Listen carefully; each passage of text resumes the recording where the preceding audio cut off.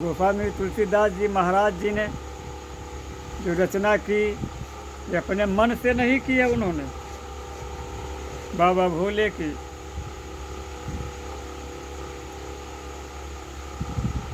अनुश्रुति उनके द्वारा प्राप्त हुई। उन्होंने ही कहा है कि मानस की रचना करें। बाबा गोस्वामी जी काशी जी में बैठ करके संस्कृत में इसका श्लोक लिख रहे थे मानस का, और जो भी लिखते थे वो रात में लुप्त हो जाता था। कई दिनों तक ये चलता रहा।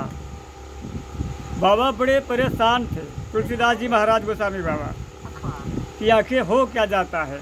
एक दिन रात्रि में उनको श्री गौरी शंकर भगवान का दर्शन हुआ। सो रहे थे, जगे, देखा सामने तो बाबा भोले और माता श्री दोनों विराजमान हैं। महाराज जी नीचे उतर करके और बाबा भोले को साष्टांग प्रणाम किया।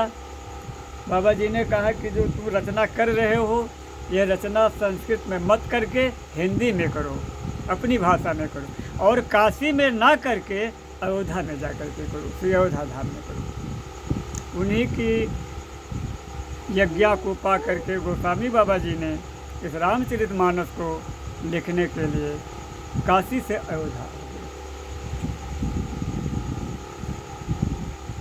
और यहाँ आकर के उन्होंने इस मानस की रचना शुरू की। संवत 1631 का समय था।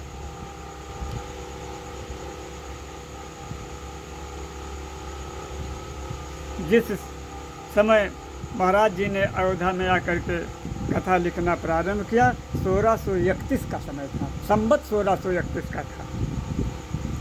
कहाँ वो कथा हर पर धर सीसा, नवमी भवम बार तिथ मासा। नवमी तिथ राम नवमी का समय था, भगवान श्री के जन्म का समय था।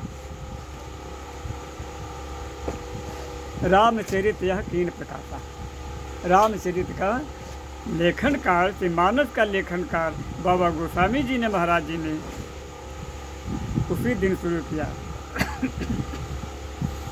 और ये मानस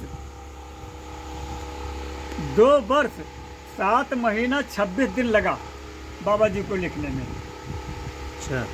2 वर्ष 7 महीना 26 दिन।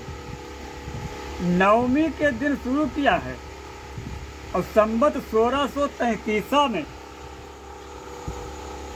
संवत 1633 में यह मानस श्री राम जी के विवाह के दिन पूरा हो गया।